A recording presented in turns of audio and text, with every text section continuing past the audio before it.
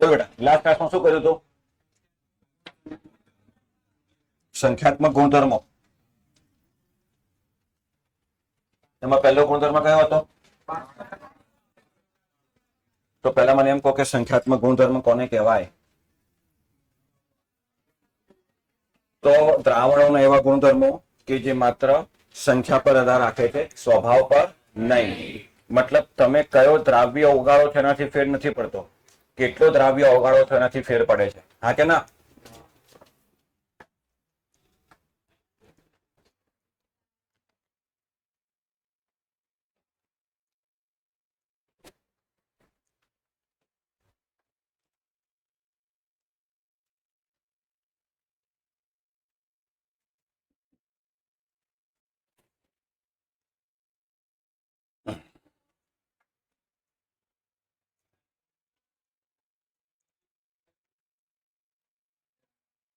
તો એમાં એક વાક્ય આપણે એવું યાદ હશે તમને કે શુદ્ધ દ્રાવકનું બાષ્પ દબાણ તેમાંથી જ બનાવેલા દ્રાવણના બાષ્પ દબાણ કરતા વધારે હોય.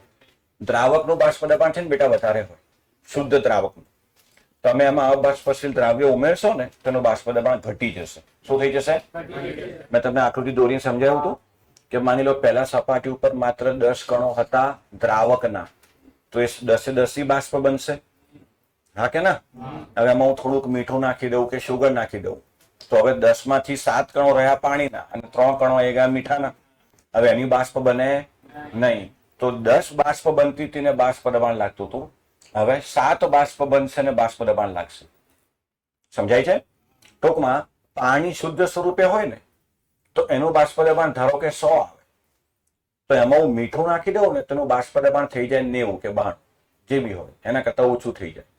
તો અબાષ્પશીલ દ્રાવ્ય ઉમેરતા દ્રાવણનું બાષ્પ દબાણ ઘટે. તો આ સાપેક્ષ ઘટાડો થયો એટલે એને કહેવાય સાપેક્ષ બાષ્પ દબાણમાં ઘટાડો. અને એ જ બેટા રાઉટનો નિયમ છે. કોનો નિયમ છે? તો રાઉટના બે નિયમ થયા. રાઉટનો નિયમ 2 બાષ્પશીલ પ્રવાહી માટે, પેલો આલેખ વાળો, અને રાઉટનો નિયમ અબાષ્પશીલ દ્રાવ્ય માટે. શેના માટે? અબાષ્પશીલ દ્રાવ્ય. આટલું ક્લિયર? એનું આપણે બેટા સૂત્ર ધાર્યું હતું delta P1 upon P1 naught is equal to mole fraction of 2. યાદ કરો, હું ફરી લખું છું અહીંયા. ચલો, delta P1 upon P1 naught is equal to mole fraction 2 that is equal to N2 upon N1 plus N2 ની સાપેક્ષે 2 ને અવગણી લીધું તો N1 is very very greater than N2 છે, તો જવાબ બહુ ફેર નહીં પડે. અચ્છા, હવે P1 ની જગ્યાએ P1 નોટ માઇનસ P1 પણ લખી શકાય. બેટા તમારું મૂળ સૂત્ર આ થશે જેના આધારે આપણે દાખલા ગણીશું, અથવા W2 by M2 into W1 by M1 છેદનું છેદન. બોલો અત્યાર સુધી કોઈ ક્લિયર? કોઈ તકલીફ? હા ના બોલો યાર, નોટ કરીને લખો એમાં છેલ્લે. પ્રાયોગિક રીતે બાષ્પ દબાણમાં થતો સાપેક્ષ ઘટાડો, પ્રાયોગિક રીતે બાષ્પ દબાણમાં થતો સાપેક્ષ ઘટાડો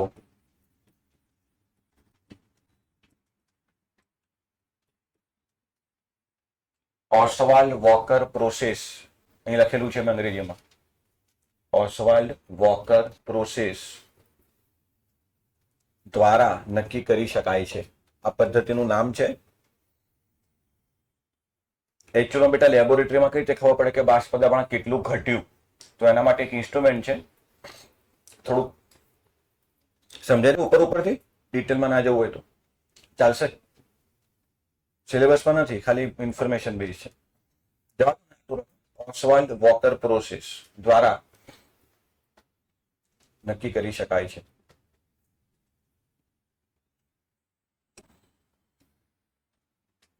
જો 2 મિનિટ અહીં ધ્યાન આપો.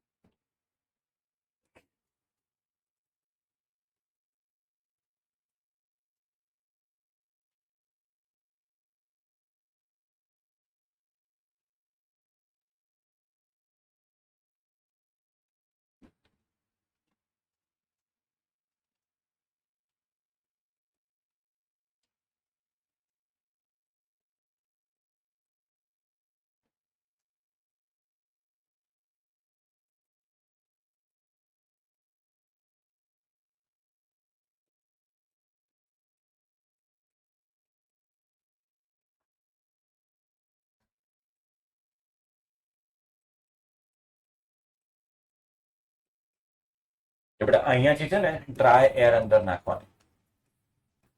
ડ્રાય એર એટલે અત્યારે સૂકી ગરમીમાં જે પવન આવે ને, સૂકો લૂ કહીએ ને આપણે દેશી ભાષામાં, એમાં બિલકુલ ભેજ હોય નહીં.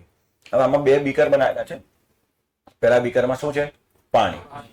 તો બેટા પાણીની બાષ્પ બનવાની. અચ્છા, એનો મતલબ આ ભેજ થયો. હવે જેવી હું ડ્રાય એર અંદર નાખીશ તો ડ્રાય એર બેટા એટલે એમાં શું હોય? પાણી બિલકુલ નથી. એટલે અહીંયાથી મોઇશ્ચર એબ્ઝોર્બ કરશે અને અહીંયાથી ભેજવાળી હવા બહાર જશે. ભેજવાળી હવા એને કહેવાય મોઇશ્ચર એર. શું કહેવાય? ફરી એકવાર અહીંયાથી મેં શું પસાર કર્યું? Dry air. તો ડ્રાય એર બેટા અંદર ગઈ, અંદર ઓગળવાની નથી. વાયુ આપોઆપ પાણીમાં ના ઓગળે. ખ્યાલ છે ને? હવાને મારે પાણીમાં ઓગાળવી હોય તો તાપમાન ઓછું, દબાણ વધારે રાખવું પડે. એવી કોઈ કન્ડિશન નથી. તો આ ડ્રાય એર બેટા જેવી અહીંયા સરફેસ પર અથડાશે એ ભેજ શોષી લેશે. હવે એ ભેજવાળી હવા અહીંથી પાસ થશે ને આ બીકરમાં આવશે. હવે આ બીકરમાં દ્રાવણ ભરેલું છે એટલે આના કરતા અહીંયા બાષ્પ ઓછી હશે, પણ હશે ખરી. એટલે ફરીથી અહીંયાથી એ પાણી એબ્ઝોર્બ કરશે, પણ પહેલા કરતા ઓછું. પહેલા કરતા ઓછું એટલે અહીંયાથી ફરી ભેજવાળી હવા પસાર થશે. ભેજવાળી હવા. અચ્છા, હવે મને એમ કે આ ભેજવાળી હવામાં ભેજ વધારે હશે કે આમાં? આમાં. હવે એને બેટા તમારે અહીંયા પસાર કરવાની. એટલે આ અહીંયા જે છે ને બેટા CaCl2 ભરેલો હોય. શું ભરેલો હોય? અને અહીંયાથી પાછી ડ્રાય એર બહાર નીકળી જાય. તે જે સૂકી હવા નાખી હતી એ પાછી અહીંથી બહાર નીકળી જાય. કેમ? તો કે CaCl2 છે ને એ હવામાં રહેલી જે નમી છે ને, ભેજ, એને એબ્ઝોર્બ કરી લે બધો. હવે તમારે શું કરવાનું? આ જે યુ ટ્યુબ નળી છે ને, યુ ટ્યુબ નહીં, યુ શેપની ટ્યુબ, આ યુ ટ્યુબ જે છે એની અંદર તમે CaCl2 ભરેલો છે, એનું વજન કરી લેવાનું ચોક્કસ. કેટલું? ચોક્કસ. તેનું વજન આવ્યું માની લો એક્ઝેક્ટ 100 ગ્રામ. કેટલું આવ્યું? ખબર પડી? અચ્છા, હવે અહીંયાથી આ ભેજવાળી હવા અંદર જાય. હવે ભેજ શોષાઈ ગયો આમાં. હવે એનું વજન વધારે આવશે, માની લો 105 ગ્રામ. તો 105 માને 100 કરો ને એટલે તમને તફાવત મળે કે ભાઈ આટલો ભેજ શોષાયો. પડી ખબર? તો લેબોરેટરીમાં ઓસવાલ વોકર પ્રોસેસ આ છે. એકચ્યુઅલમાં જે બાષ્પ દબાણમાં ઘટાડો થાય, કેટલી બાષ્પ શોષાય, એ અહીંયા આ પદ્ધતિથી નક્કી થાય. ખબર પડે છે? ઉપર ઉપરથી આકૃતિ દોરવી છે, જવા દેવું છે? ખાલી સમજાવવા પૂરતું. ઓસવાલ વોકર પ્રોસેસ સમજી ગયા? દોરવી હોય વાર નહીં લાગે. મેં ફટાફટ દોરી છે. ના દોરી હોય જવા દો. જવા દઉં? ઓકે, તો બેટા નેક્સ્ટ હેડિંગ મારો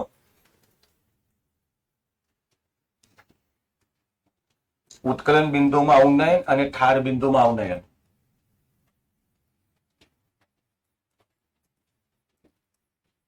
ઉત્કલન બિંદુમાં ઉન્નયન તથા ઠાર બિંદુમાં અવનયન.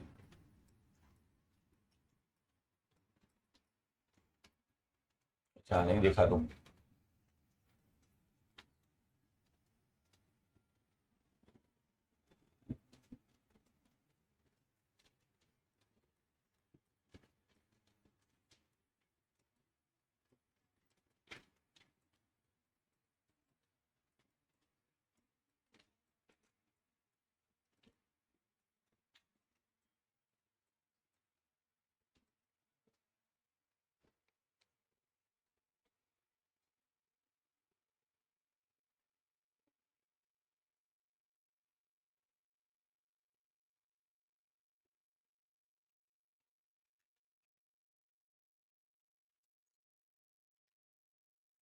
બેટા નીચે લખો triple face diagram of water.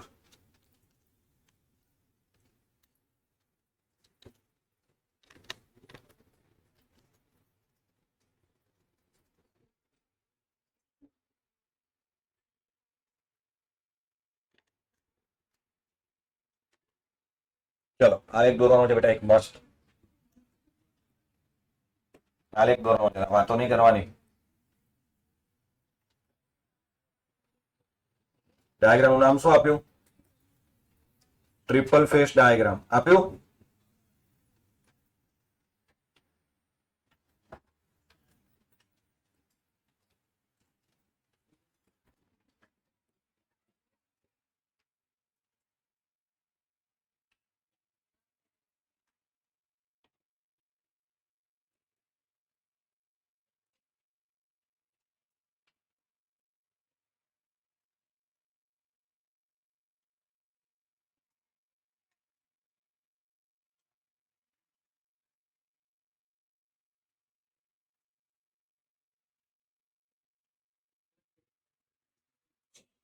પત્ર આગળ લખો બેટા ફટાફટ.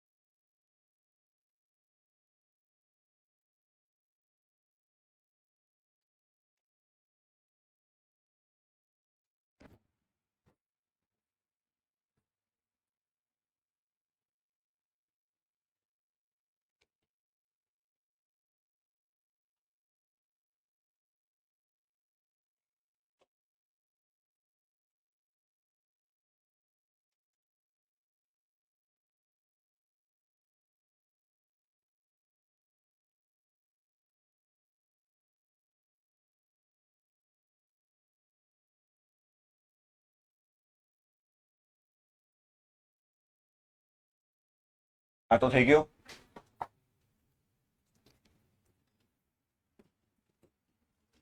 અહીંયા સોલિડ ફેઝ, અહીંયા લિક્વિડ ફેઝ, અહીંયા ગેસ ફેઝ. આવું લખી નાખો.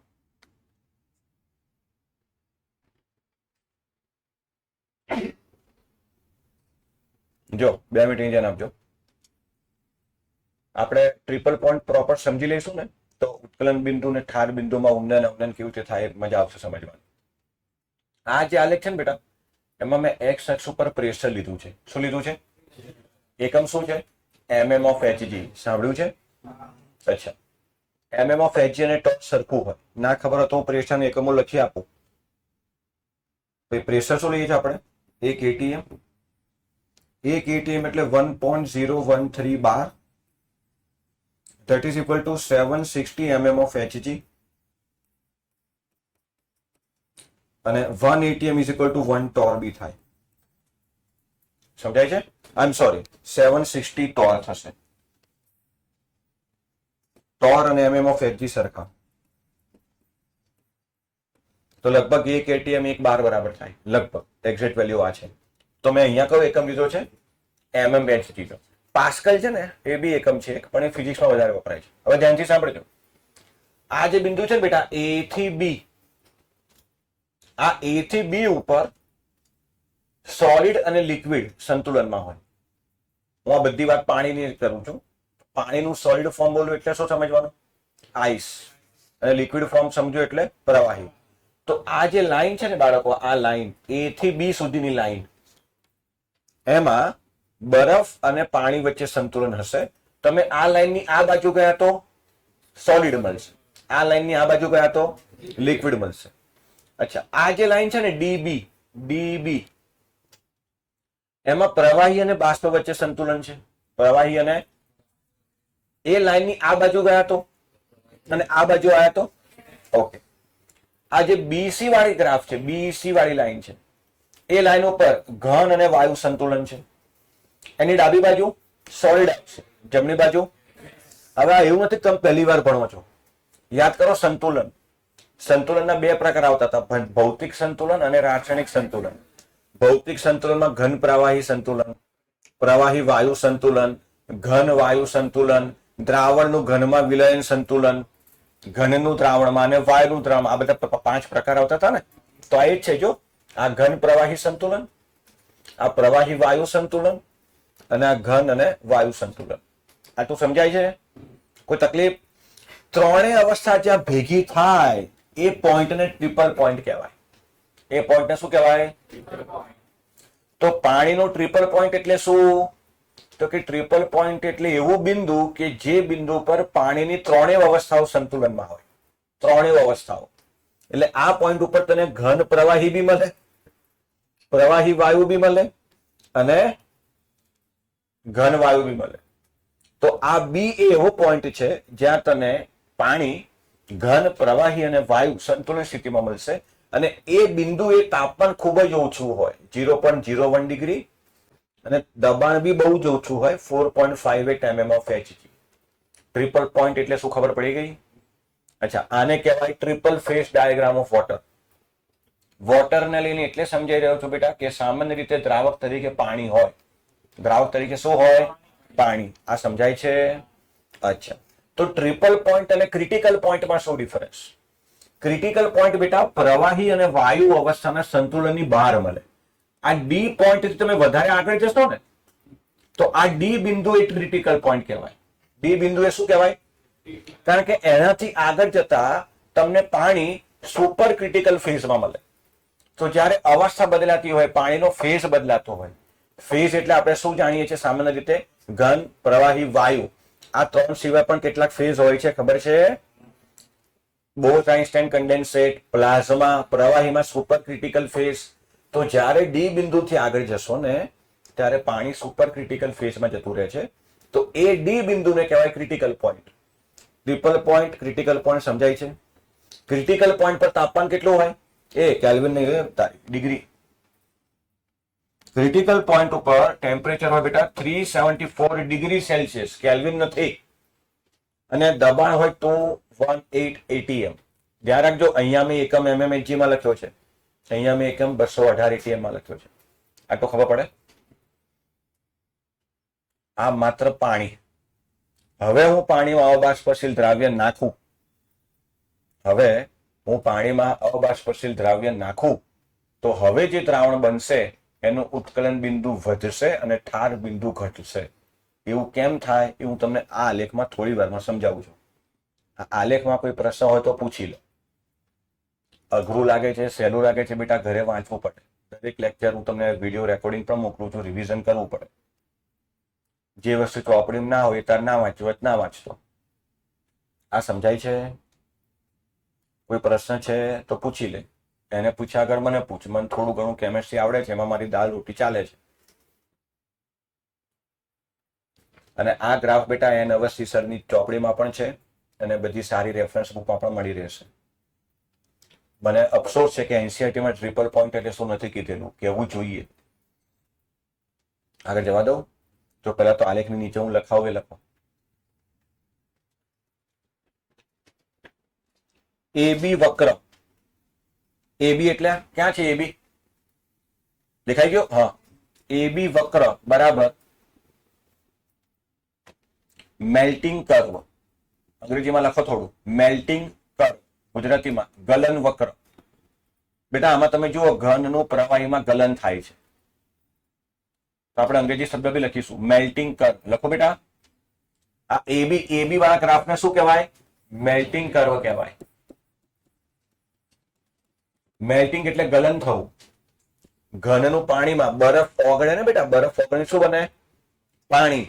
એને ગલન કહેવાય. એના માટે આપણે ગલન બિંદુ શબ્દ વાપરીએ છીએ. ઠીક? તો આ એબી વક્ર કયો છે? ગલન વક્ર, મેલ્ટિંગ કર્વ. હવે ડીબી વક્ર. બીબી વક્ર એ છે બેટા વેપોરાઇઝેશન કર્વ. વેપોરાઇઝેશન કર્વ ગુજરાતીમાં બાષ્પાયન વક્ર. બાષ્પાયન વક્ર. કેમ બાષ્પાયન સમજી ગયા? કઈ પ્રોસેસ થાય છે? Liquid gas, gas liquid, liquid gas, gas liquid. Okay. અચ્છા, તો આના માટે બેટા આપણે કયો શબ્દ વાપરીએ છીએ? બાષ્પીકરણ એન્થાલ્પી અથવા ઉત્કલન બિંદુ, પ્રવાહીનું વાયુમાં રૂપાંતર. નીચે લખો બીસી વક્ર. બીસી વક્ર એ છે બેટા સબલિમેશન કર્વ. લખું છું સબલિમેશન કર્વ. કૌંસમાં ગુજરાતીમાં લખજો ઉર્ધ્વપાતન વક્ર. યાદ હશે તમને, ઘનમાંથી સીધું વાયુ થાય ને શું કહેવાય? ઉર્ધ્વપાતન.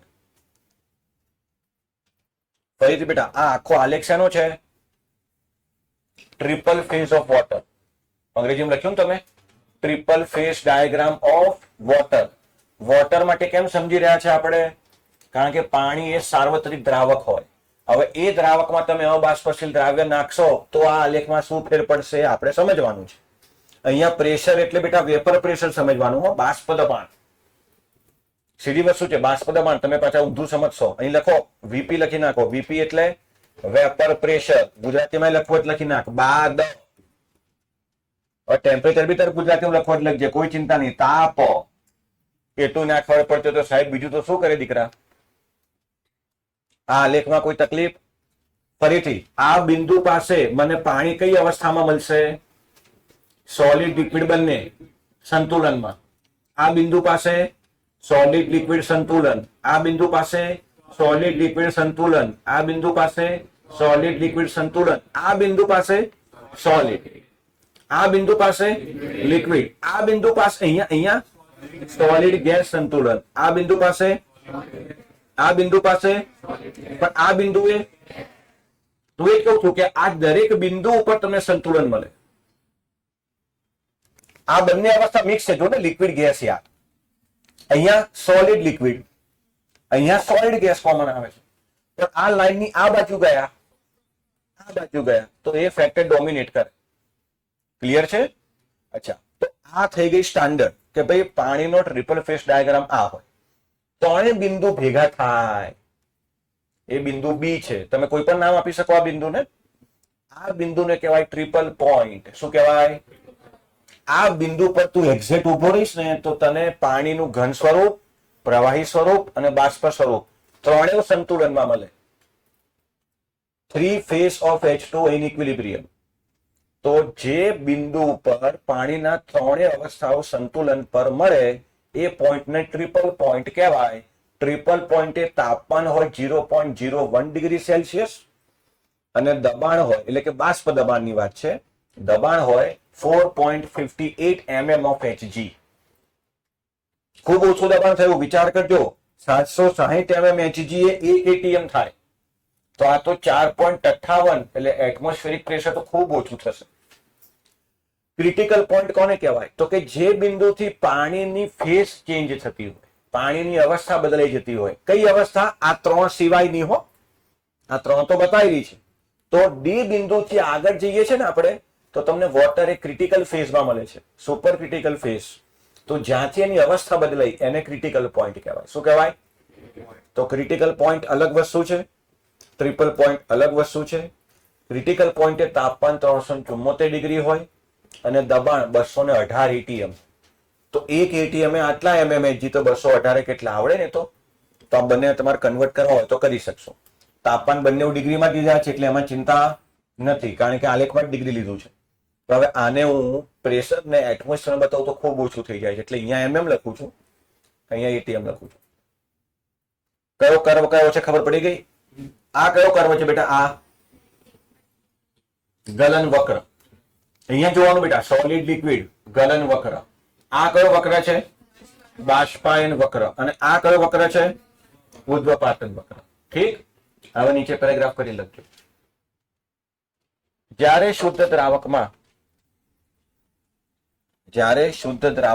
અને બેટા શુદ્ધ દ્રાવક એટલે કોણ લઈશું આપણે?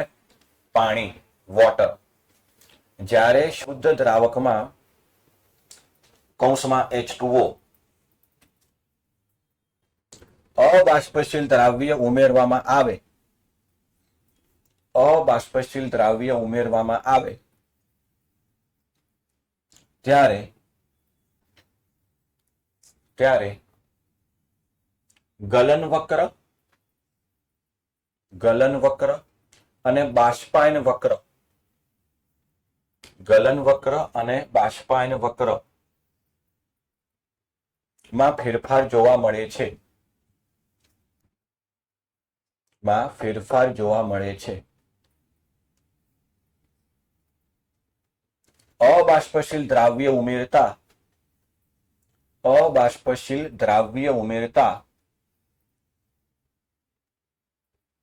બનતા દ્રાવણનું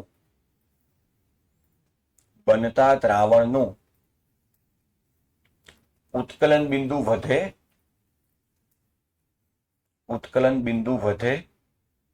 અને ઠાર બિંદુ ઘટે છે,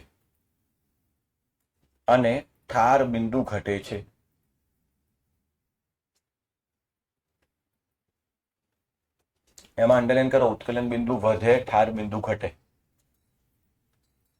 અચ્છા, હવે નીચે બેટા નોંધ કરીને લખાવતું ને એને બોક્સમાં લખજો. પહેલા લખો પછી બોક્સ બનાવજો. શુદ્ધ દ્રાવકમાં અબાષ્પશીલ દ્રાવ્ય ઉમેરતા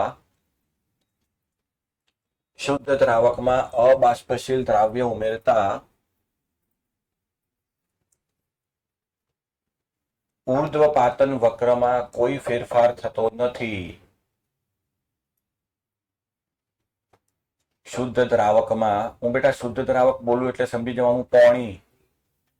અબાષ્પશીલ દ્રાવ્ય એટલે કોઈ પણ ઘન પદાર્થ ઉમેરતા આ વાળો વક્ર એટલે કે ઉર્ધ્વપાતન વક્રમાં કોઈ ફેરફાર થતો નથી. કારણ કે સ્ફટિકીકરણ માત્ર શુદ્ધ સ્વરૂપમાં જ થાય છે.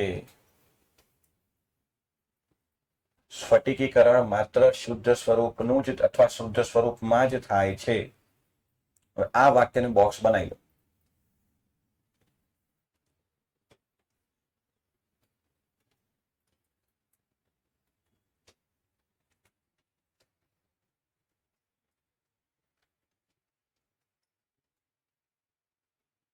બેટા આ બંને વક્રમાં ફેરફાર થશે, આમાં નહીં થાય. કેમ? તો કે સ્ફટિકીકરણ છે ને બેટા એ શુદ્ધ સ્વરૂપનું થાય. એક્ઝામ્પલ આપો. તમે બાળકો પાણી લઈ લો, પાણી, તો પાણીનું ઉત્કલન બિંદુ કેટલું? 100 ડિગ્રી. સાંભળજો, જે લખ્યું છે સમજાવું છું. પાણીનું ઉત્કલન બિંદુ કેટલું? 100 ડિગ્રી. હવે તો એમાં મીઠું નાખી દે, તો બેટા મીઠું નાખીશ એ તો અબાષ્પશીલ થયો. તો હવે જે દ્રાવણ બન્યું ને એનું ઉત્કલન બિંદુ 102 આવશે. તારે હવે એને વધારે ગરમ કરવું પડશે એની બાષ્પ બનાવવા માટે. પહેલા કેટલું હતું? એ શુદ્ધ દ્રાવકનું હતું. હવે તેમાં શું નાખ્યું? મીઠું. અબાષ્પશીલ નાખ્યું, એની બાષ્પ નહીં બને ને, તો હવે તારે બાષ્પ બનાવવા માટે વધારે મહેનત કરવી પડશે, વધારે તાપમાન આપવું પડશે. તો પહેલા ખારી પાણી હતું તો 100 ડિગ્રી, હવે એમાં અબાષ્પશીલ દ્રાવ્ય નાખ્યો તો 102 ડિગ્રી. વધારે નાખીશ NaCl તો વધારે થશે, હજુ વધારે નાખીશ તો હજુ વધારે થશે. આને કહેવાય ઉત્કલન બિંદુમાં વધારો. આ લોકો મસ્ત ભાષામાં લખે ઉત્કલન બિંદુમાં ઉન્નયન. અચ્છા, હવે મને એક વસ્તુ કહે, પાણીનું ઠાર બિંદુ કેટલું? 0 ડિગ્રી. તો પાણીનું બેટા ઠાર બિંદુ 0 ડિગ્રી. હવે તો એમાં મીઠું નાખે ને તો હવે એનું ઠાર બિંદુ -1 ડિગ્રી થાય. હવે તારે એને ઠારવા માટે વધારે નીચું તાપમાન આપવું પડે. વધારે મીઠું નાખે ને તો વધારે નીચું તાપમાન આપવું પડે. બહુ વધારે મીઠું નાખે ને તો એ -5 કે -8 જવું પડે. થોડી વાર આનો ઉપયોગ બી સમજાઈશ. હવે સાહેબ, આ સ્ફટિકીકરણ શુદ્ધ સ્વરૂપે થાય એનો મતલબ આ જે વક્ર છે ને બેટા એમાં કોઈ ફેરફાર નહીં આવે. એનું કારણ, તું પાણીનો બરફ બનાય અને તું પાણી અંદર મીઠું નાખી દે ને એનો બરફ બનાય, તો મીઠાના કણોનું સ્ફટિકીકરણ ના થાય. મીઠાના કણોનું સ્ફટિકીકરણ ના થાય. જેમ મીઠાના કણોની બાષ્પ ના બને ને એમ મીઠાના કણોનું સ્ફટિકીકરણ પણ ના થાય. તો તમે શું લખ્યું? સ્ફટિકીકરણ માત્ર શુદ્ધ સ્વરૂપનું થાય છે. તો પાણીનો કણ હશે ને એ જામશે, મીઠું નહીં. શું વાત કરો સાહેબ? હા, તો સાહેબ હું મીઠાવાળા પાણીનો બરફ બની દઉં તો એમાં મીઠું ના આવે? એમ આવે, પણ મીઠું જામે નહીં, દ્રાવણ સ્વરૂપે જ પડ્યું રહે. તમે બરફની ટ્રે મૂકો છો, એમાં શુદ્ધ પાણી ભરો છો કે ખાંડનું પાણી કે મીઠાનું પાણી ભરો છો? શુદ્ધ પાણી ભરો છો એટલે બરફ બી શુદ્ધ બને છે. પણ તું હવે મીઠાવાળું પાણી મૂકજે ઠારવા માટે, નહીં ઠરે? ઠરશે, પણ પહેલા જે તારું ફ્રીઝર -5 ડિગ્રી પર હતું ને, હવે તારે -7 કરવું પડશે. વધારે નીચું તાપમાન આપવું પડશે. અને એમાં મીઠાના કણો સ્ફટિકીકરણ નથી પામ્યા. કણો તો પાણીના સ્ફટિકીકરણ પામ્યા છે. મીઠાના કણો આમાં ફરતા હતા, પાણી જામી ગયું એટલે એ જામી ગયો, એના સ્ફટિક નથી બન્યા. પાણી હતું, મીઠું આમ ગોળ ગોળ ગોળ ગોળ ફરતું હતું અંદર, સમાન મિશ્રણ. આમ. હવે તું ધીરે ધીરે તાપમાન લીધું છે, તેની સ્પીડ ધીરે ધીરે ઓછી થશે અને એ જામી જશે. જામવું અને સ્ફટિક પામવું અલગ અલગ છે. સ્ફટિકીકરણનો મતલબ થાય કે એ કણો આપસમાં કોલાઇડ થઈને દ્રાવણને છોડી દે છે, દ્રાવણના ગુણધર્મો છોડી દે છે. તો સ્ફટિકીકરણ માત્ર શુદ્ધ સ્વરૂપનું થાય. એટલે આ વાળો કર્વ જે છે ને, આ આલેખ, એમાં ફેરફાર નહીં થાય. હવે આપણે ઉત્કલન બિંદુ, ઠાર બિંદુ સમજવા જઈ રહ્યા છે. શું તમે રેડી છો? બધા અહીં ધ્યાન આપો. આ આલેખ તમે દોરી નાખ્યો હશે. હવે મારે છે ને થોડીક જગ્યા જોઈશે એટલે હું આ બધું હટાઈ દઉં છું. તમે ઓલરેડી લખી લીધું છે ને બધું? આ કિંમતો લખી લીધી છે? અચ્છા,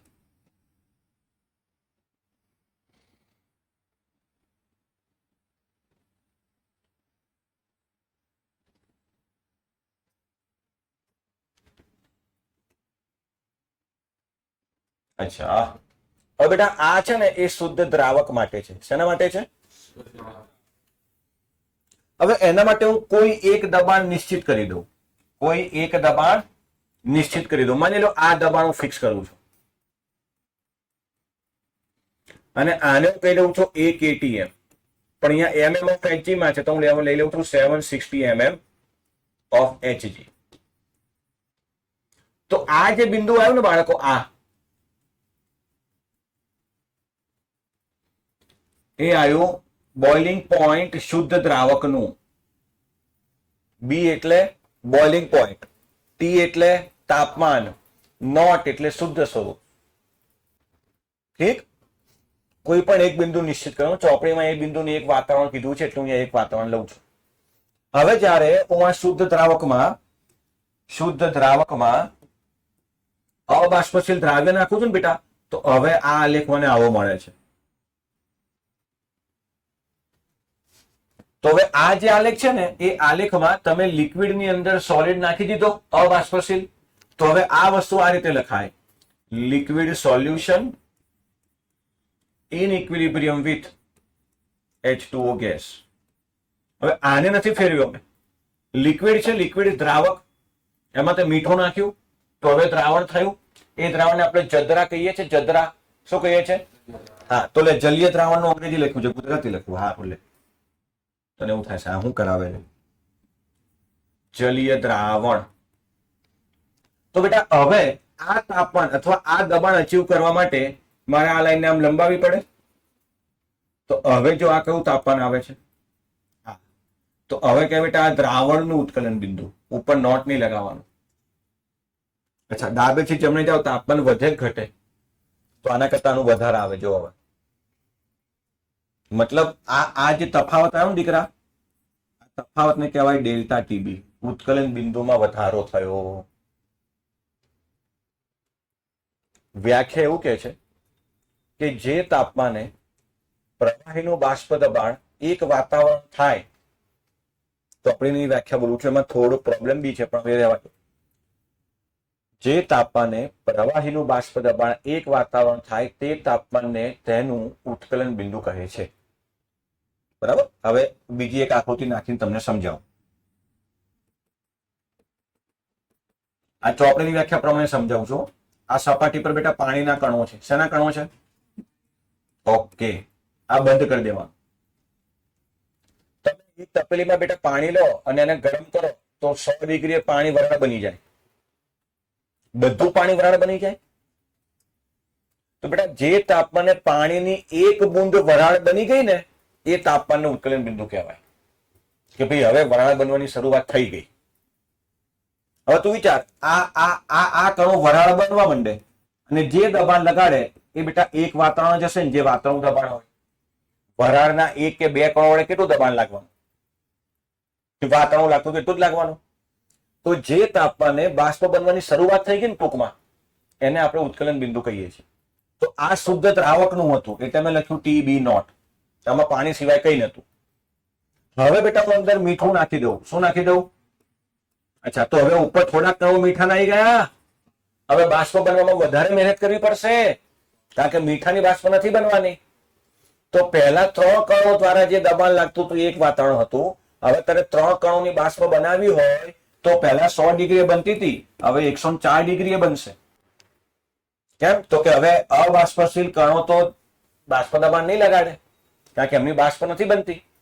તો કલ્પના કરો કે એક વાતાવરણ દબાણ લગાડવા માટે 10 બાષ્પના અણુ જોઈતા હતા. કેટલા? એક વાતાવરણ દબાણ લગાડવા માટે બાષ્પના 10 અણુ જોઈતા હતા. તો હવે તારે 10 અણુ કરવા હોય તો પહેલા કરતા તાપમાન વધારે આપવું પડશે. કેમ? તો કે હવે સપાટી પર 10 કણો રહ્યા જ નથી, હવે સપાટી પર 7 જ કણો રહ્યા છે. 3 કણો તો મીઠાના છે, તેની બાષ્પ બનવાની નથી. તો હવે 7 ના 3 ઘટ્યા ને, તો તારે બીજા 3 કણોને બાષ્પમાં ફેરવા માટે થોડું વધારે તાપમાન આપવું પડે. કહેવાનો મતલબ, તો શુદ્ધ પાણીનું ઉત્કલન બિંદુ 100 ડિગ્રી હોય, એમાં તું અબાષ્પશીલ દ્રાવ્ય નાખીશ તો એનું ઉત્કલન બિંદુ વધશે. શું થશે? વધશે. તો બાષ્પ દબાણના આધારે જો તમે ઉત્કલન બિંદુની વ્યાખ્યા કરો તો આ રીતે થાય. તમે સામાન્ય રીતે શું કહો છો? ઉત્કલન બિંદુ એટલે જે તાપમાને પ્રવાહીનું બાષ્પમાં રૂપાંતર થાય. હવે નાના છોકરાઓ બોલે બેટા, જે તાપમાને પ્રવાહી અને બાષ્પ વચ્ચે સંતુલન સ્થપાય એને શું કહેવાય? ઉત્કલન બિંદુ. પણ બાષ્પ દબાણના સંદર્ભમાં બોલીએ તો જે તાપમાને પ્રવાહીનું બાષ્પ દબાણ વાતાવરણના દબાણને સમાન થાય, અને વાતાવરણ દબાણ કેટલું હોય? તો જે તાપમાને, એટલે મેં અહીંયા 1 atm લીધું છે. જો તો પહેલા મારે 1 atm માટે આ બિંદુ આવતું હતું, હવે દ્રાવણમાં 1 atm માટે આ બિંદુ આવ્યું. 1 atm એ આપણે બાષ્પ દબાણ આપીએ છીએ અને એ તાપમાનનું ઉત્કલન બિંદુ કહીએ છીએ. તો આના 1 atm માટે તાપમાન આ આવ્યું, એને કહેવાય શુદ્ધ દ્રાવકનું ઉત્કલન બિંદુ. માથું દુખતું હશે, ડિસ્પ્લે લાવત ગળી લેજો, હું આ રીતે જ ભણાવીશ. 12મું ધોરણ છે, મજાક થોડી છે. અને આ શું આવશે બેટા? દ્રાવણનું ઉત્કલન બિંદુ. તો શુદ્ધ દ્રાવક કરતા દ્રાવણનું ઉત્કલન બિંદુ વધે. અત્યાર સુધીની ચર્ચાનો નિચોડ એ છે કે તું શુદ્ધ પાણી લે એક તપેલીમાં, એને ઉકાળ તો 100 ડિગ્રી આપવું પડે, પણ તું મીઠાના પાણીને ગરમ કરે તો 100 કરતા વધારે આપવું પડે. કેટલું વધારે આપવું પડે ડિપેન્ડ કરે તે મીઠું કેટલું નાખ્યું હતું. મુકને પતી ગઈ વાત. આટલું ખબર પડી? તો આ આલેખ આમ ખસ્યો. હવે ઠાર બિંદુની વાત કરીએ તો ઠાર બિંદુ માટે બેટા આ જોવાનું છે. સોલિડ લિક્વિડ, લિક્વિડ ને ઠાર તો બરફ મળશે. તો એના માટે 1 atm ક્યાં ટચ થાય છે? અહીંયા. અચ્છા, જોજો હો. તો એના માટે atm અહીંયા ટચ થાય છે. તો આ થયું ફ્રીઝિંગ પોઈન્ટ શુદ્ધ દ્રાવકનું, નોટ. ફ્રીઝિંગ પોઈન્ટ શુદ્ધ દ્રાવકનું એટલે ટપકું કર્યું. હવે એમાં બાષ્પશીલ દ્રાવ્ય ઉમેરી દઉં ને બેટા, તો હવે મને આલેખ આવો મળે છે.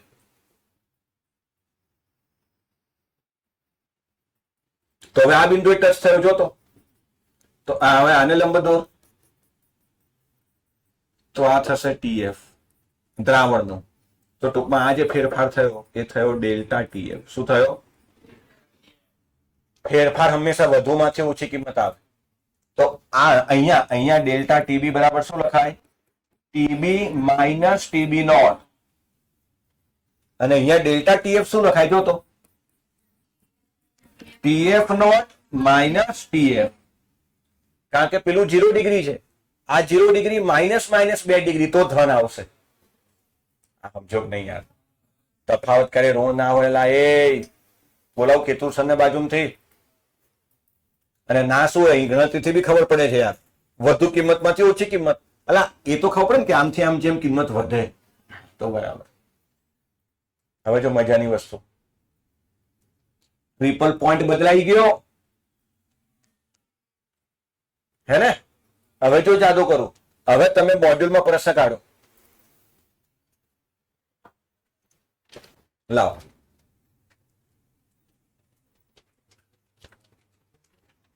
તને આમ મજા આવી જશે. જો તું પેજ નંબર 21 પ્રશ્ન નંબર 35, પેજ નંબર 21 પ્રશ્ન નંબર 35. ફરી એકવાર પેજ નંબર 21 પ્રશ્ન નંબર 35. એમાં જો આ આલેખ આટલો જ બતાવ્યો છે. આ જ છે. જોઈ લે, આ બે બિંદુ આમ, આ એક ઉપર આમ તૂટક રેખા. પાછળનું પાનું ફેરવ, એમાં આ આલેખ બતાવ્યો છે જો આમ, પણ એની મિરર ઇમેજ લીધી છે. આ આમ છે ને, એ આમ કર્યું છે. ટૂંકમાં તું આને જો ને આમ, બરાબર. તો ચોપડી વાળે શું કર્યું છે? આને અલગ ભણાવ્યું છે ને આને અલગ ભણાવ્યું છે. મેં એકમાં જ બે બનાવી દીધું. શીખવાડા સમજે છે હું યાર. હવે તું પેલું આ પાછળ વાળો આલેખ તોડ ફાડી નાખ અને એને આની ઉપર ચોંટાડ દે, તો આવું થશે એમ કહું છું. અરે યાર, આ કોનું હતું? આ થોડી વાર રાખો અહીંયા. હવે એમાં જો તમે ખાડ બિંદુ વાંચશો ને, એમાં એવું લખ્યું હશે ઉત્કલન બિંદુ કે જે તાપમાને પ્રવાહીનું બાષ્પ દબાણ વાતાવરણના દબાણને સમાન થાય તે તાપમાનને તે પ્રવાહીનું ઉત્કલન બિંદુ કહે છે. વાંચો બેટા, ઘરે જઈને વાંચવાનું બધું. અહીં વાંચશો તો પછી હું ટોપિક પૂરો કરી દઉં. આ તો સમજાય તું શું કહી રહ્યો છું? પાકો? હવે આ આલેખ તમારે ફરી દોરવાનો છે. ચલો દોરો. ફેરબુક વ્યવસ્થિત બનાવો તો લા, ભૂકા કાઢ નાખીશ.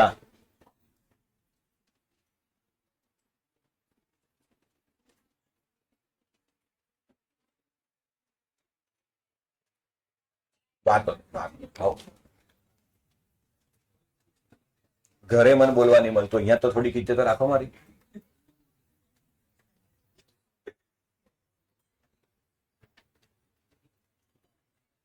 આલેખમાં મેં જે બધું લખ્યું છે બધું લખવાનું. હા, અહીંયા બી પેલું બદલાઈ જશે બેટા. હવે અહીંયા આવું લખાશે જો, આ ગ્રીન વાળા આલેખ માટે. આ તો લખવાનું જ છે. આના માટે છે. એક મિનિટ અહીં ધ્યાન આપતો. આ જે ઓરેન્જ લાઈન દોરી છે ને, એના માટે આ છે.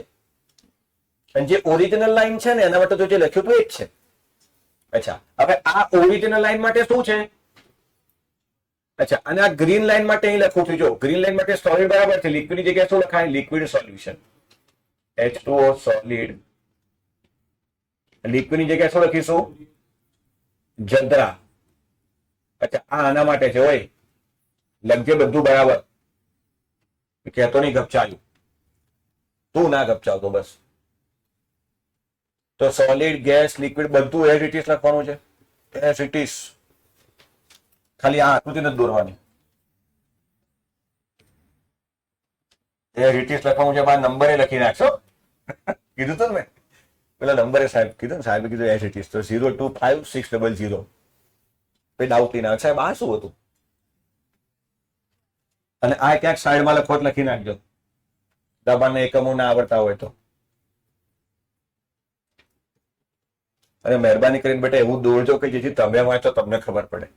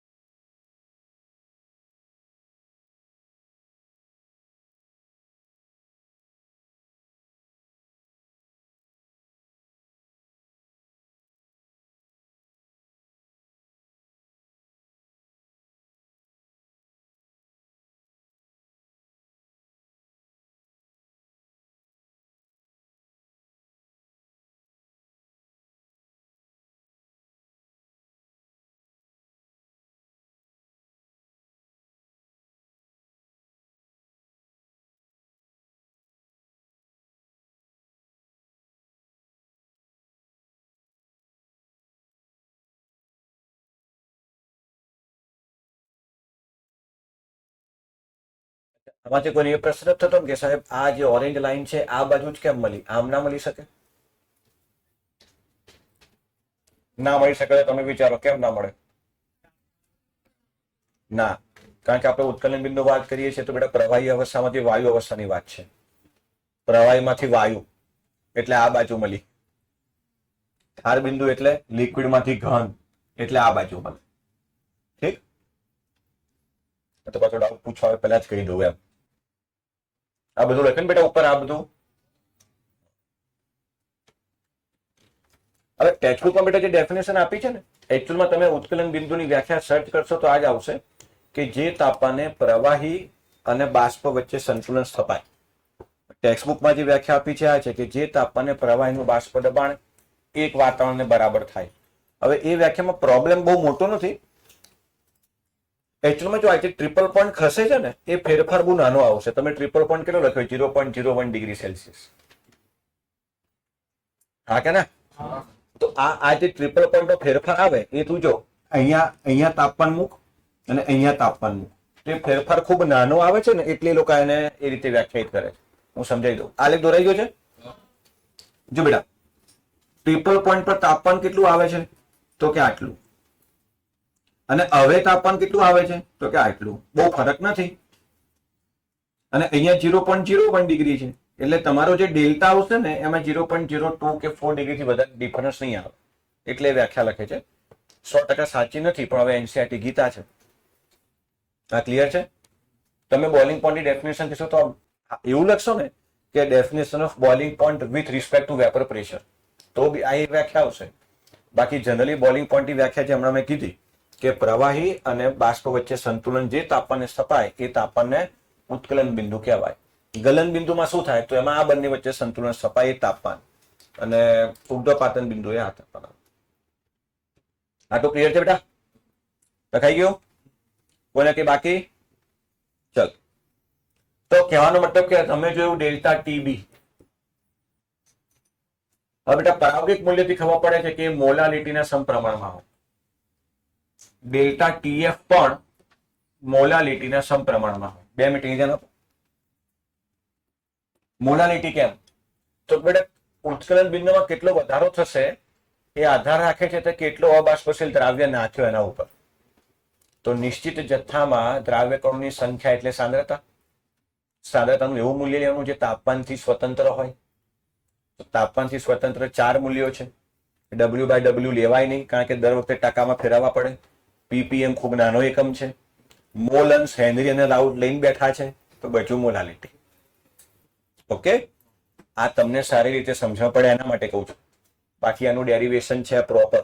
સેંગેજની કેએસ વર્માની બુકમાં આલેખ ઉપરથી સાબિતી છે કે મોલાલિટી કેમ આવી આ બિંદુથી ABC કરીને. પેલું તમે મેથ્સમાં હતા ભણતા હતા ને આવું, AB/CD બરાબર BC/AD કરીને સાબિતી થઈ શકે આખી. એ બિંદુ પ્રમાણે થાય પણ પછી વધારે વિચિત્ર થઈ જશે. રહેવા દો બેટા, તમને પછી પેરાસિટામોલની જરૂર પડશે ડિસ્પ્લિન કરતા.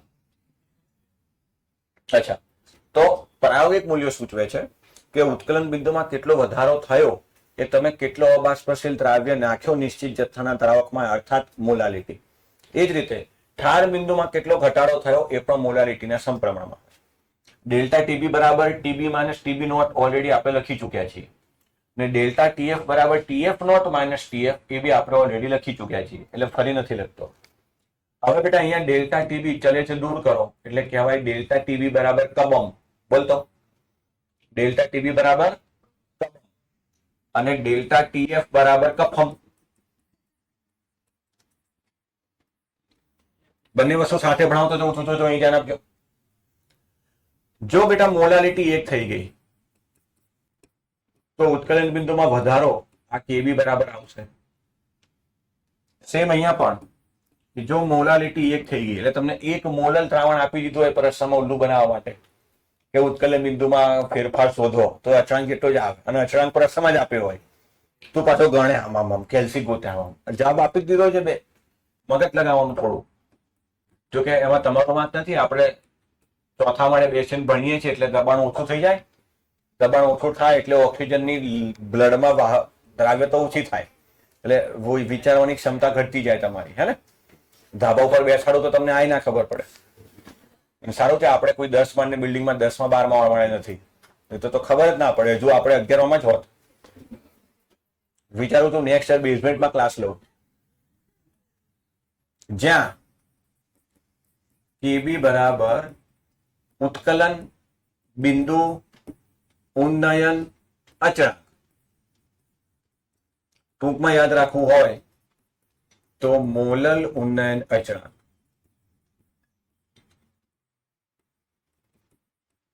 અહીંયા કેએફ શું થશે? ઠાર બિંદુ અવનયન. અવનયન એટલે ઘટાડો બેટા. ઠાર બિંદુ અવનયન અચળાંક અથવા મોલલ અવનયન અચળાંક.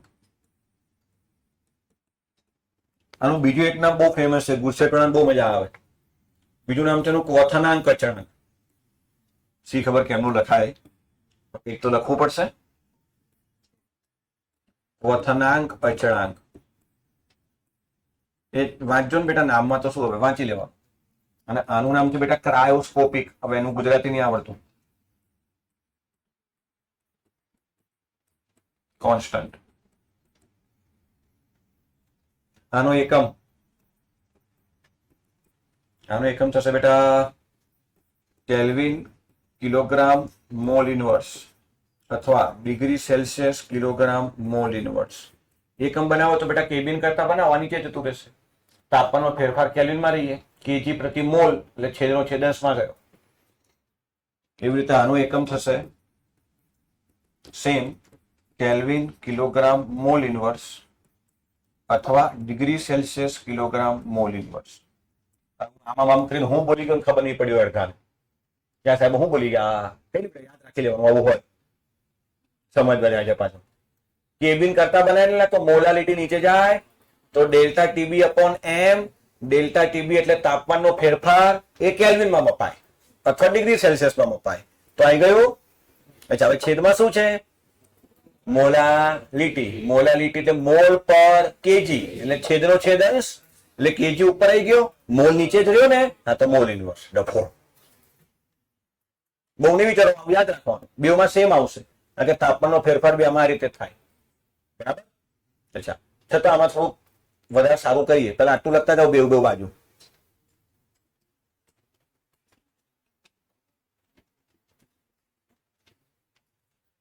અને શું કહે છે ગુજરાતીમાં, લાઈ વાંચી લઈએ.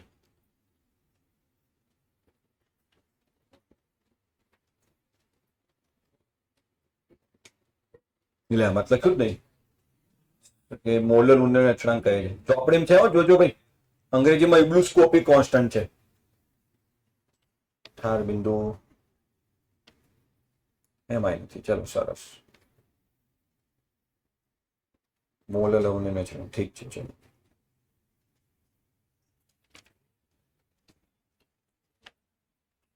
ચોપડીમાંથી જોવું પડશે બેટા. હો, એનસીઆરટી વાંચજો.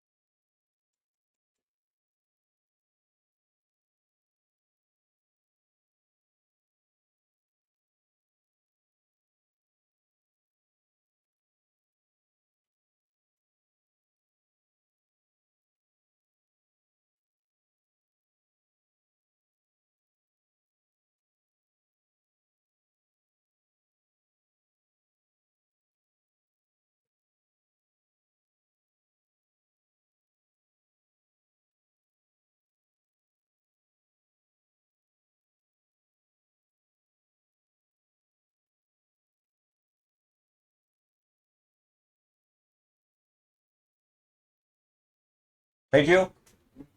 અચ્છા, આમ બે ભાગમાં સાથે સાથે જ લખતા રહીએ છે ને. આગળ જવા દો.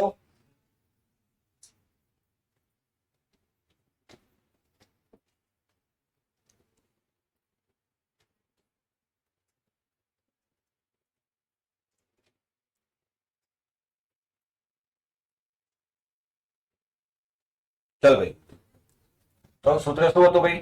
ડેલ્ટા ટીબી બરાબર કબમ, એમ એટલે મોલાલિટી ને બેટા. તો ડેલ્ટા ટીબી બરાબર કેબી into W2 by M2 into W1 જો ગ્રામમાં લીધું હોય તો ઉપર 1000 વડે ગુણવાનું. ઘણા એવા હશે જેને આ સૂત્ર નહીં આવડતું હોય હો બેટા, મોલાલિટીનું. તો પછી એમાં સાહેબ કશું કરી શકે? આમ બધું કરી શકે, પણ તમારે ના કરો શું કરું? W2 ખબર ને શું? દ્રાવ્યનું વજન. M2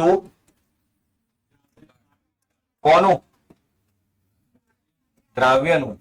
અને W1 એટલે શું?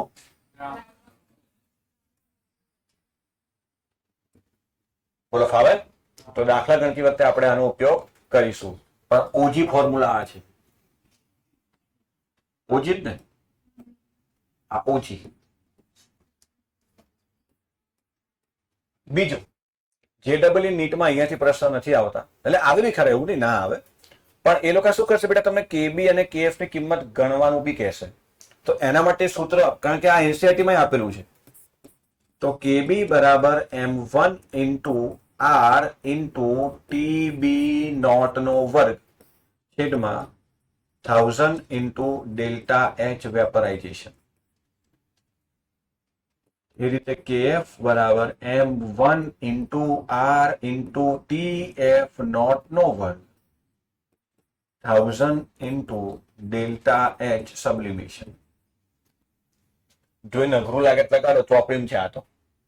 એટલે આ તો તાર સ્ટેટમાં ડાયરેક્ટ સૂત્ર પૂછી લે, આને અહીં લઈ લે, આને આમ કરી દે, ફેરવી નાખે ને તને કે બોલ પીવો MCQ. પછી તમે કોઈ MCQ નહીં થતા, બીજો જન્મ લેવો પડશે. અને માણસ તરીકે જ લેશો એની કોઈ ગેરંટી નથી. તો આ જન્મમાં પતાવો. આ સૂત્ર યાદ રહે કે નહીં? મને રહ્યું ને સર? તમે તો સર 13 વર્ષ થઈ ગયા તમારે, તો તું 13 વાર વાંચ ને. ચાલ લખવા માંડ. પછી આમાં M1 શું છે લખાવું છું. ચાલ.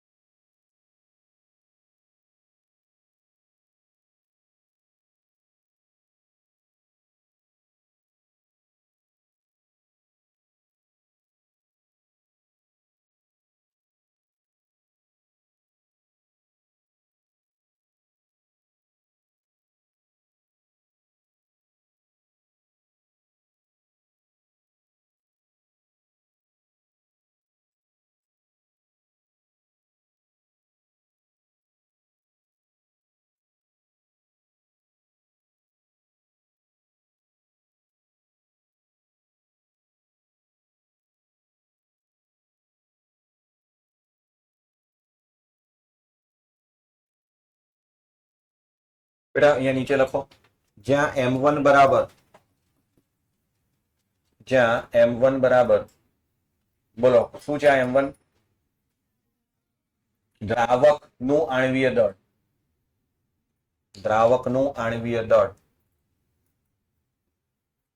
એની નીચે TB નોટ બરાબર દ્રાવકનું ઉત્કલન બિંદુ. દ્રાવકનું ઉત્કલન બિંદુ.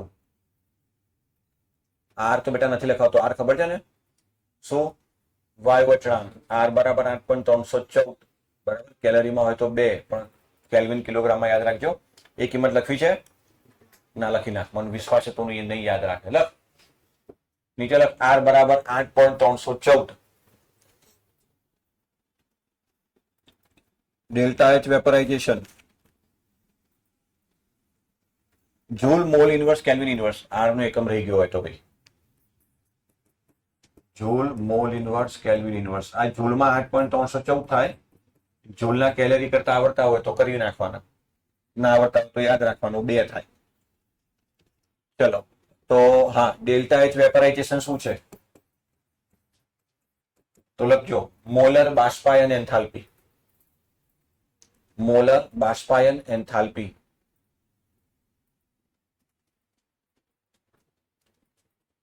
સેમ વસ્તુ પેલી બાજુ લખી નાખો, જ્યાં M1 બરાબર તો એનું એ જ છે. TF નોટમાં શું લખશો? દ્રાવકનું ઠાર બિંદુ. ઠાર બિંદુ ફરી લખવાની જરૂર નથી. ડેલ્ટા એચ સબ્લિમેશન નું ગુજરાતી લખાવું છું હમણાં.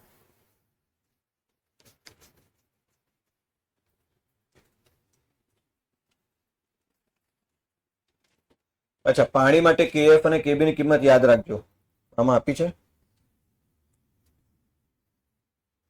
એકવાર ચેક કરી લેજો, હું અહીંયા લખી નાખું છું, પણ મને 1 વર્ષ ઉપર થયો એટલે યાદ નથી.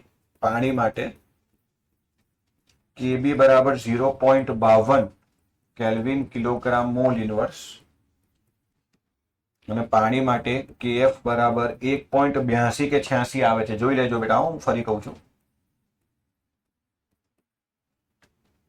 પાણી માટે KB ની કિંમત 0.52. આ કિંમતો પ્રશ્નમાં આપેલી હોય છે આમ તો બરાબર, પણ માર્ચ 2026 નું પેપર જોઈ લેજો, નહીં આપી તો ના આપે. ચાલુ એક્ઝામમાં કોને કહેવા જશો? આખો દાખલો છોડી દેશો 4 માર્કનો? તો પાણી માટે KF અને KB ની કિંમત યાદ રાખો તો સારું. નહીં તો ઘણી વાર શું થાય બેટા, પરીક્ષામાં પાણી માટે તને KB અને KF ની કિંમત આ સૂત્રથી લાવવાની કહે, અને આ સૂત્રની ખાસ વાત એ છે કે સૂત્ર બહુ લાંબુ છે, સૂત્ર બહુ મોટું છે, પણ એમાં એક્ઝામિનર તને ખાલી આની જ કિંમત આપશે, બાકી બધી તને ખબર હોવી જોઈએ. તને કે પાણી માટે ડેલ્ટા એચ વેપરાઇઝેશન ની કિંમત આપી દીધી, ચાલ 20. તો પાણી માટે M1 ની ખબર 18, આર ની ખબર 8.314, પાણીનું ઉત્કલન બિંદુ 100 એનો વર્ગ. તો આ બધું ના ખબર હોય તો ના થાય પછી. એક જ લાઈનમાં મસ્ત સવાલ બને, પાણી માટે મોલર બાષ્પાન એન્થાલ્પીનું મૂલ્ય આટલું છે તો તેના માટે KB ની કિંમત શોધો. અને સાચું કહું, જો KB ની કિંમત યાદ હોય તો સીધું ટીક જ કરી દેજો. ભાવન આવશે, ગણાકાર કરીને કરશો તો એટલો જ આવશે.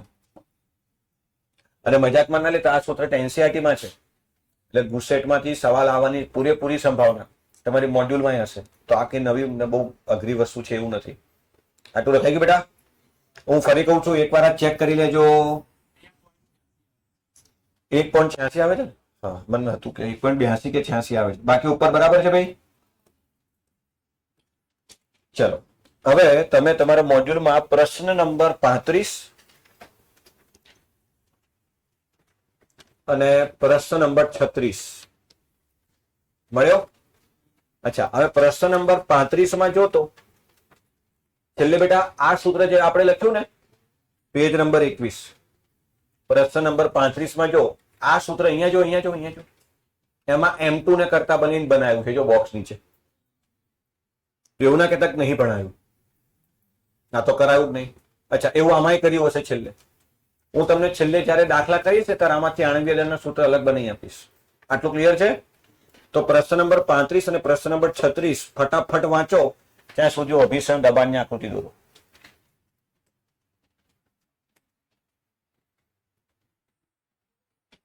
કોઈ મુદ્દો નહીં રહી ગયો, બધું આવી ગયું બેટા.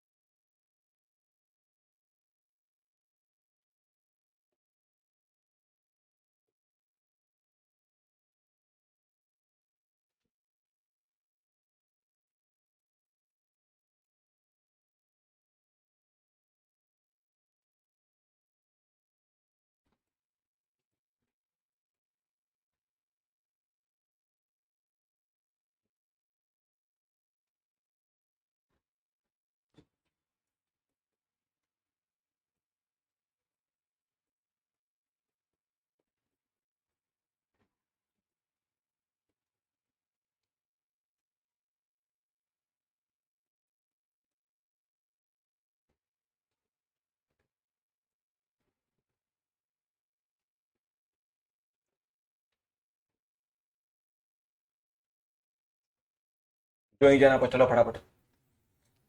હવે છેલ્લો જે સંખ્યાત્મક ગુણધર્મ છે કયો છે? અભિસરણ દબાણ. પેલું કયું હતું? બાષ્પ દબાણમાં થતો સાપેક્ષ ઘટાડો. બીજું ઉત્કલન બિંદુ ઉન્નયન, ઠાર બિંદુ અવનયન જોડે જોઈ લીધું. અને કયું વધ્યું છેલ્લું? અભિસરણ દબાણ. બેટા આ બે બીકર છે. આ બીકરમાં છે દ્રાવણ. શું છે? અને આ બીકરમાં છે માત્ર દ્રાવક. શું છે? આ બંને બીકરોને મેં વચ્ચે એક ભાગથી જોડેલા છે અને એ બંનેની વચ્ચે મેં મૂક્યો છે અર્ધ પારગમ્ય પડદો. શું મૂક્યો છે?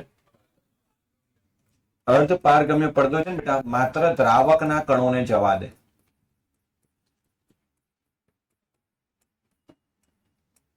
કારણ કે બેટા એમની સાઈઝ નાની હોય ને તો એ ટૂંકમાં એક ગયણી જેવું કામ કરે. ગયણી સમજો છો? અચ્છા, ગ્રીન ટી પીધી કોઈ દાડો જોઈ છે ખરી? તો ગરમ પાણી લેવાનું, એમાં પેલી ગ્રીન ટીની પેલી થેલી નાખે છે. હા, એ થેલીની દિવાલ જે છે ને એ અર્ધ પારગમ્ય છે. એ થેલીની અંદર જે મસાલો ભર્યો છે બહાર આવે છે તો પાણીના કણો અંદર જઈને પીગાડે છે ને. હા, તો દ્રાવક એટલે પાણીના કણો આરપાર જઈ શકે. બીજું, ઊંચી સાંદ્રતાથી નીચી સાંદ્રતા તરફ દ્રાવકના કણોનું વહન થવું, સ્વયંભૂ પ્રવાહ રચાવો, એને કહેવાય અભિસરણ. ત્રીજે માળ ટાંકીમાંથી પાણી આપોઆપ નીચે આવે, પણ નીચેથી ઉપર લઈ જવું તો મોટર લગાવવી પડે. વધારે સાંદ્રતાથી નીચી સાંદ્રતા તરફ દ્રાવકના કણોનો સ્વયંભૂ પ્રવાહ એટલે અભિસરણ. હવે આ બંને બીકરો જોઈને મને કહો, દ્રાવકનો જથ્થો ક્યાં વધારે છે ને ક્યાં ઓછો છે? અહીં વધારે છે, કારણ કે અહીંયા માત્ર દ્રાવક છે. અહીંયા શું છે? દ્રાવક વત્તા દ્રાવણ. તો બેટા અહીંયાથી દ્રાવકના કણોનો સ્વયંભૂ પ્રવાહ રચાશે આમ. અચ્છા, આ અર્ધ પારગમ્ય પડદામાંથી પણ આ જઈ શકે. અર્ધ પારગમ્ય પડદાના કુદરતી એક્ઝામ્પલ બી છે, જેમ કે આપણી કિડનીની થેલી ને બધું છે. વાંચજો શાંતિથી, બધું માર્ક કરાવવાનું. જે કેમેસ્ટ્રીમાં છે જોઈ લેજો. ગપચાવ તો નથી, આજે નહીં પતે અમને ખબર છે, પણ જે સૂત્ર છે બતાવી રહ્યું છું. બીજી વાત તો આવતા લેક્ચરમાં કરીશું. તો શુદ્ધ દ્રાવકનો પ્રવાહ આમ જાય બેટા. આ ઘટનાને કહેવાય અભિસરણ. શું કહેવાય? અહીંયા તો મેં પિસ્ટન લગાવેલી છે. મારે અભિસરણને પ્રવાહને અટકાવવો હોય તો શું કરવું પડે? પિસ્ટન દબાવવી પડે. હા, હું એટલું દબાણ લગાડું, જેને હું પાઈ કહું છું, હું એટલું દબાણ લગાડું પિસ્ટન વડે કે જેથી આ પ્રવાહ રોકાઈ જાય. બસ, બીજું કઈ નથી કરવું મારે. આ જે દ્રાવકના કણોનો સ્વયંભૂ પ્રવાહ છે ને એ રોકવો છે મારે. તો એ રોકવા માટે મારે જે પિસ્ટન વડે દબાણ લગાડવું પડે એને કહેવાય અભિસરણ દબાણ પાઈ. જે વાતાવરણ દબાણ કરતા વધારે જ હોય. વાતાવરણ દબાણ તો બંને બાજુ લાગે છે. ભાઈ અભિસરણ એટલે શું ખબર પડી? અભિસરણ દબાણ એટલે શું ખબર પડી? બે અલગ અલગ છે. અભિસરણ એટલે બેટા તમે મોં બગાડશો કે નહીં. મારે જેટલું ભણાવું જેટલું ભણાવવાનો જ છું હું. તો એના કરતા હસતા હસતા ભણો. 12મું ચાલુ થયું, મેં કીધું તું નવેમ્બરમાં બધું ઉલડી જશે. તું સિરિયસલી ના આવ તો તારો પ્રોબ્લેમ છે. મોં ના બગાડીશ. પહેલી પરીક્ષા આવી હમણાં ઓક્ટોબરમાં. 1, 2, 3, 4, 6, 7, 8. તને એવું લાગે છે કે વેકેશન છે તો તું કર, મને કોઈ વાંધો નથી. પણ મારે જે કરવું છે મને તો મારી રીતે કરવું પડશે ને ભાઈ. તો તું રોજનું રોજ નથી વાંચતો, તું રોજનું રોજ રિવિઝન નથી કરતો, તો હમણાં ત્રીજું ચેપ્ટર ચાલુ થઈ છે ને તું પહેલા ચેપ્ટરના દબાવ નીચે એકદમ સ્ટ્રેસ ફીલ કરીશ. હમણાં ત્રીજું પતી જશે હો 15 દિવસ 20 દિવસ પછી, ચેપ્ટર નંબર 3. અને તને પહેલું નહીં આવડતું હોય.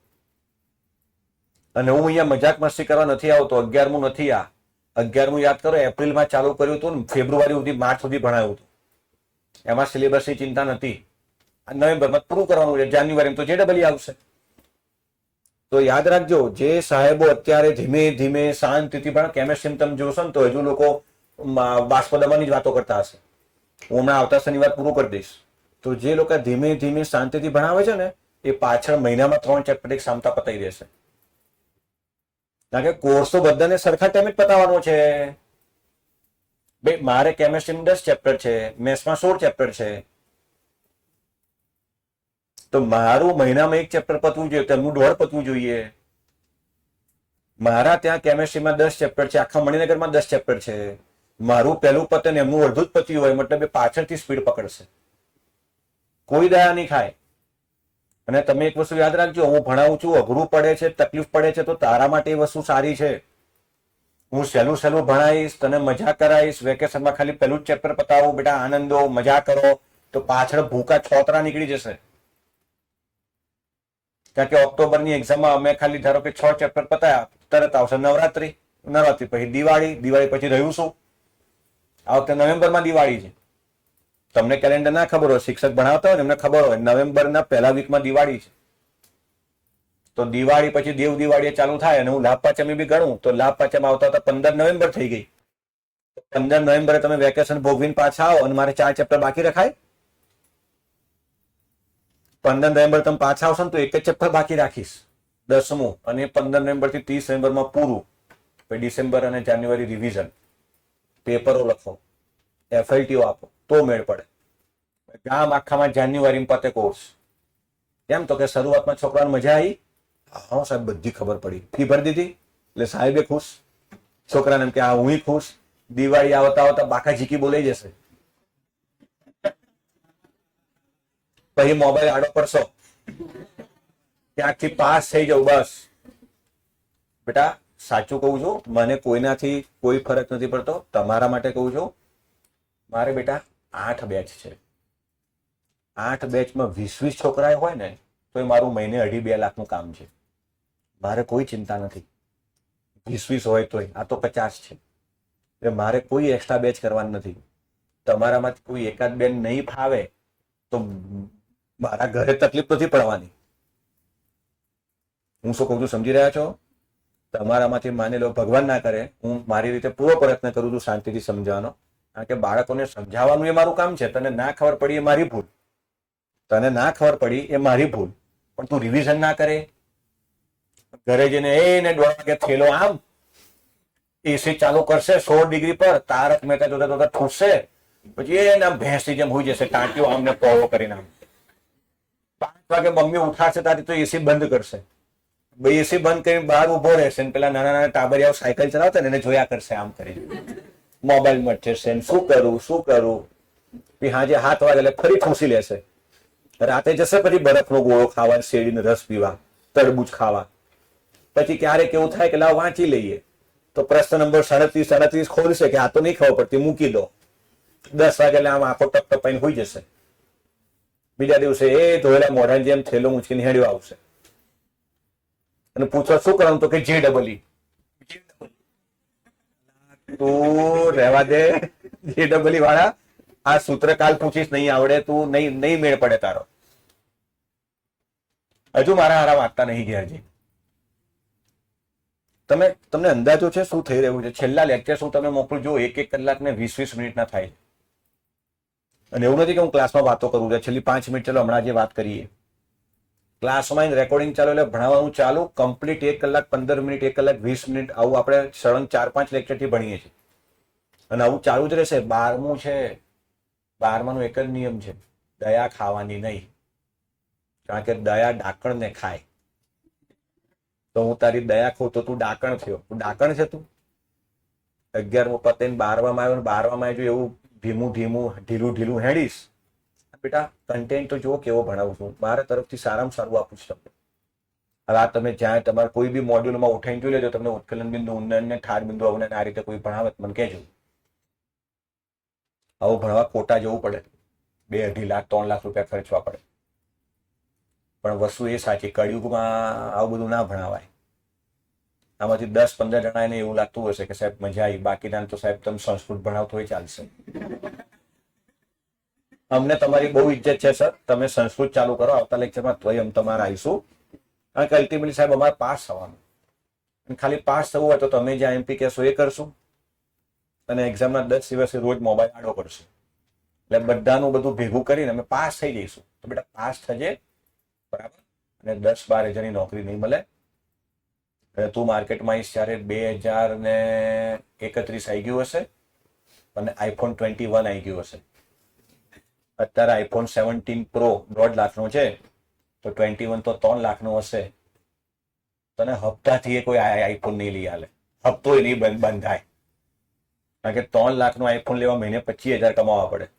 તારો પગાર હોય 7,500. તું એમેઝોનમાં આઈફોન જોવે ને તો એ મોબાઈલમાંથી ગાળ નીકળે. તું આઈફોન જોઈ છે ને કે બંધ કર. એઆઈ એઆઈ આવે છે ને હવે એઆઈ હવે એવું આવશે તમારો તમારો મોબાઈલ કયો છે અને તમારી શું ઓકાત છે એ પ્રમાણે તમે જોઈ શકશો. હા એમાં તું નેટફ્લિક્સ નું બટન દબાઈશ તોય નહીં ખુલે 3 વાર દબાઈશ એટલે પાછળથી બોલશે હે ભિખારી. એઆઈ માં બધું ઓટોમેટિક આવશે. તું ટેલિગ્રામ પર બધું આડું ડાઉનલોડ કરીને જોતો હોય નેટફ્લિક્સ ક્યાં છે તને પોસાય 150 રૂપિયામાં તો હા એવું તો વડાપાવ હશે 150-200 નું નહીં હોય 8-10 હજારથી શરૂ કરવાનું ઓલા તો શું કર્યું જીવનમાં. આ પ્રવાહ અટકાઈ ગયો ટૂંકમાં સમજી ગયા ને. કેમ અટકાયો?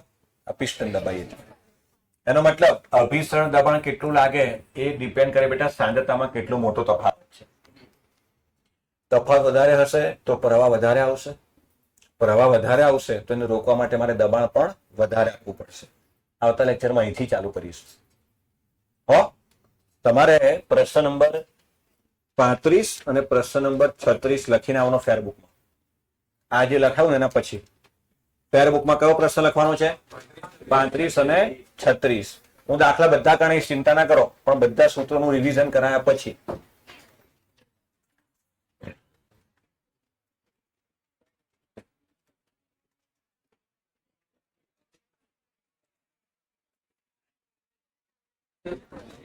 આવો બેટા 1 મિનિટ.